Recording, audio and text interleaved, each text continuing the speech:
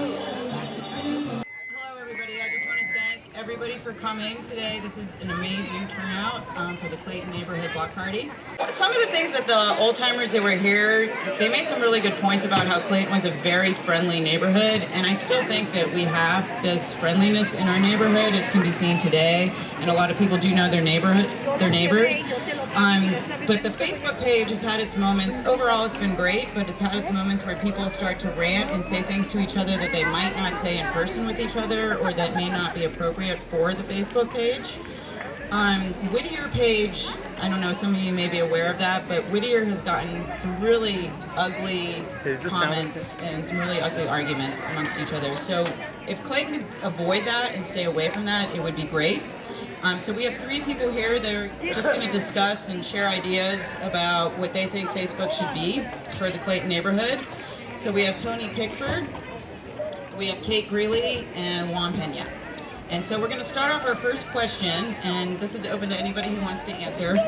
How do you feel Facebook should be used as a neighborhood forum? Are there certain topics that should be discussed or certain topics that should not be discussed?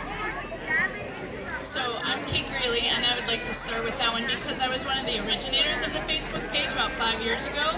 There were 2 of us, Jim Caffrey and myself, that started it. And I believe if we went back to the purpose of why we started it, we could get rid of some of those comments to each other, and it was to bring people together.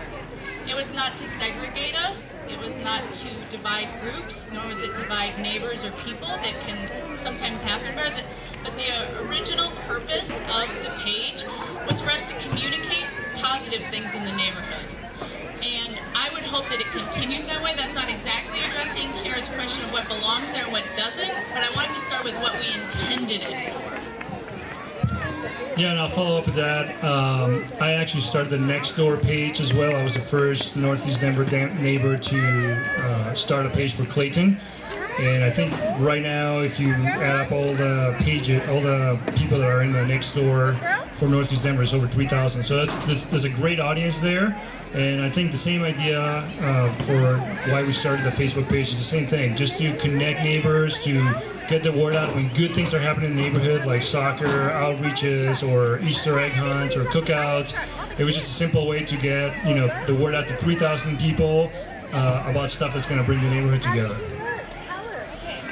Hi everybody, my name is Tony Pickford. I think that decision should be up to the community, that you all could set some parameters about what you want to discuss on the page and come to a particular consensus. I do agree with everybody else who said it's a tremendous opportunity to uplift and amplify all the wonderful things that are going on in this neighborhood. It's an intentional place and a choice that we can all make to really bring each other together. So I think after that decision has been made about what should or shouldn't be posted, be sure to take every opportunity to say something positive and connect with your neighbors digitally, but then go meet them in person for sure. So our next question is that while Facebook has a handful of community members, there are a lot of people in this neighborhood that are not on the Facebook page, whether they are not interested in Facebook or they're just not part of the page. So when discussions happen on Facebook, we are leaving out a many members of this community. So what are ways that we can be more inclusive to members of this community that are not on Facebook? What are other ways we can engage that are not social media related? Yeah, I think that's a really good question and a good point. We can run into the error of thinking that because we're having a conversation on Facebook and about different issues in the neighborhood, that everybody's voice is being heard. And so I think even this block party here is a great example of how it could be done. We not only blasted on Nextdoor and Facebook, but we also passed over 1,000 flyers and literally went door to door to make sure that everybody had access to this great event. And then you can see around, we have pretty much a full representation of the neighborhood. And I think we can use it as a means to get ideas out, but if we're going to really engage everybody, we need to really have like face-to-face forums where we get the word out, go door to door, and pass out information about issues and discussions that are happening in the neighborhood. I also believe something we can do is just step outside our door and meet who's next door to us. If you don't have the time or the energy or the space to come to a larger event, you can always find out who's next door to you and get their number. I think in a diverse neighborhood like this, we need to make sure that we are never in fear of our neighbors for any reason at all, but we've stepped outside, we know who they are, we know what they're about, we know their phone number. On Facebook, we have a tendency maybe to put things like, I just heard gunshots. And I don't understand the purpose of a comment like that, because that is for the police, not for us to start a discussion about those, but instead call your neighbors and check on their safety, because we want everyone here to be safe. So I just believe if we step outside and meet who's next to us, there's also other opportunities like Juan mentioned. We had kids soccer, we had a cleanup day, we have cookouts on Friday. You heard Mrs. Taylor before, one of our elderly veterans of the neighborhood, talk about our Snow Angel project, that we have 25 snow angels in this neighborhood who shovel for an elderly person, and a grant was written and shovels are provided. So I think there's stuff going on that we can participate in on the positive side, and then we're interacting face to face. Yeah, I don't have a whole lot to add. Definitely those neighbor-to-neighbor connections are important. And then also take some risks. Some risks in giving when somebody hasn't asked you for something, and then the risk in asking if you're in need.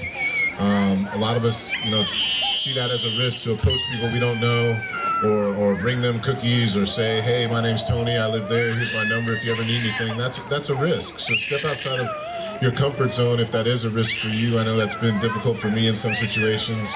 But I think that all the suggestions so far, along with taking the risk to just reach out to folks, and then if you need help, don't think that your neighbor might not be able to solve your problem. Like, it takes a lot of courage and risk to say, hey, I need this, however big or small. Chances are there's a lot of people in this community who will help.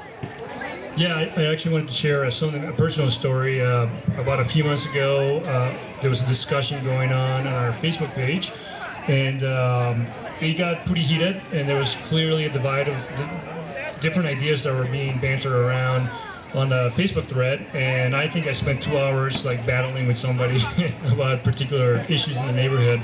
And after a couple of hours, I just realized, I'm like, this is just the worst place to have a discussion. We're just going at each other instead of really hearing each other out. So I just took a risk, and I just reached out and said, hey, why don't we just go and have a couple of beers and let's talk about this. And later on that week, on Wednesday, we went down to Nola's, drank a couple of beers, spent a couple of hours, and we actually heard each other's stories and got to understand where we were coming from, and we actually got to a much closer place of agreement than we could have ever on Facebook. So I think taking a risk is also just, hey, ask a neighbor to go out and come to your house for dinner, or go out and have a drink or something, and just meet each other and hear each other's stories. I think that's the power of it.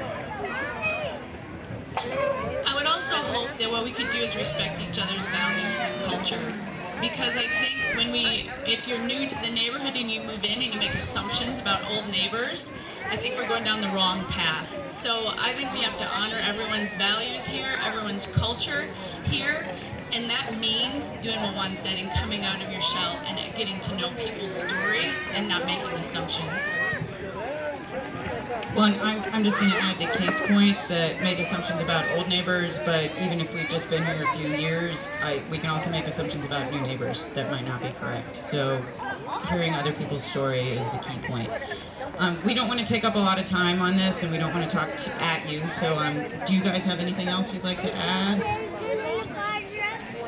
Well, we'd love to have anybody join the Facebook page who's interested. It's Clayton Neighborhood Association. If you are in Facebook, we encourage you to join. And we would just encourage that beyond that, really take the time to meet people face to face and know the people in your neighborhood, because that's more important than the social media aspect.